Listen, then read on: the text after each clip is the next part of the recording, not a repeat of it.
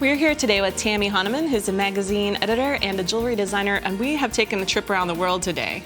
These are beautiful, Tammy. Well, thank you very much. Welcome. I love looming. Thank you very much. So glad to be here. Looming is fun, too. Looming is so wonderful. It's like that thing that you can do at the end of the day, and it just really takes you away.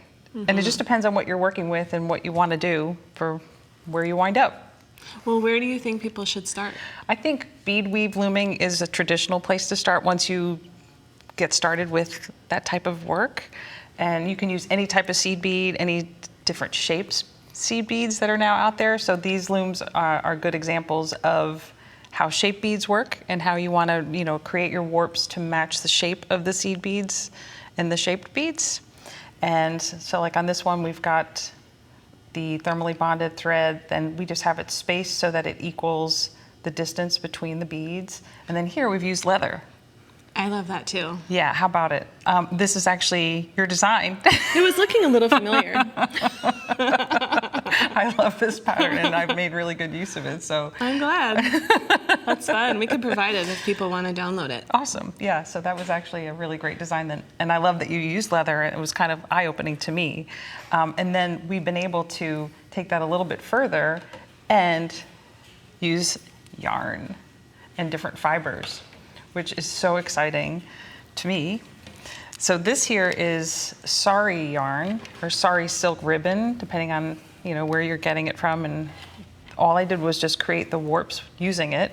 And on this loom, you're just anchoring it on the back. It's really simple. That's one of my favorite things about this type of loom, because you don't have to run your warp threads all the way across the back. There's not so much waste. There's not a lot of waste at all, especially when you're using material like this, which can be a little bit more expensive. It's really a nice way to save some money. And then once you have it warped, which another thing I like about this loom, you just remove the bar, and then it gives you that tension that makes it a little bit easier to do your weaving. Right. So then it's like, so where do I go from here? Really, you can go anywhere, and there's lots of different yarns that you can use. This is a ball of scraps of yarn.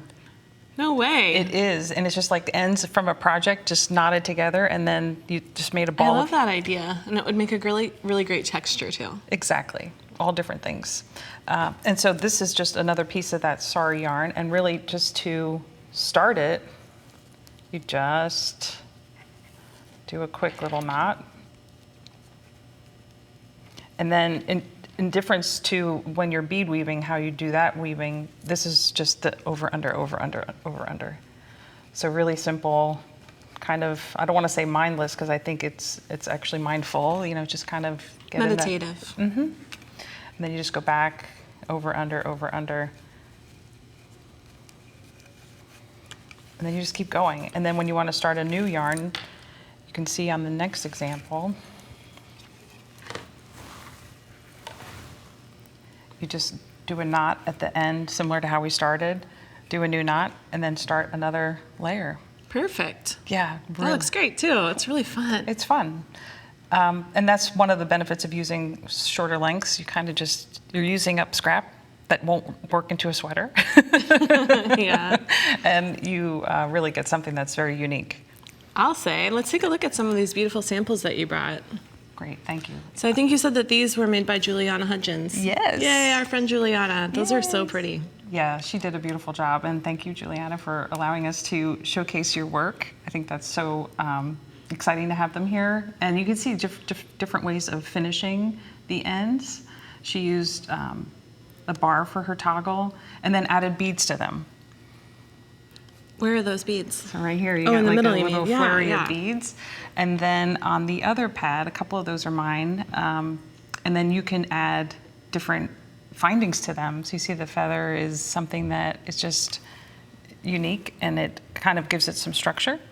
I tried to make something that's kind of like this, and it took so much longer than the ones that have the thicker yarns and ribbons, you know? Sure. So just something to keep in mind if you're thinking about your time. Of course. Good thing to note. Yeah, let's take a look at your clasp as well. Oh, sure. So that you can use different types of clasps depending on how you finish your design. Once you take it off the loom, you can just stitch on a button. You can use the ribbon crimp ends. I want to say ribbon clamp. Those just have the teeth, so they get in there really, really nice and sturdy. You can use a toggle or, like I mentioned, a button. And that's, lots of different opportunities there. These are a ton of different choices all from one loom. Thank you so much, Tammy. These are fun. You're And thanks welcome. again, Juliana.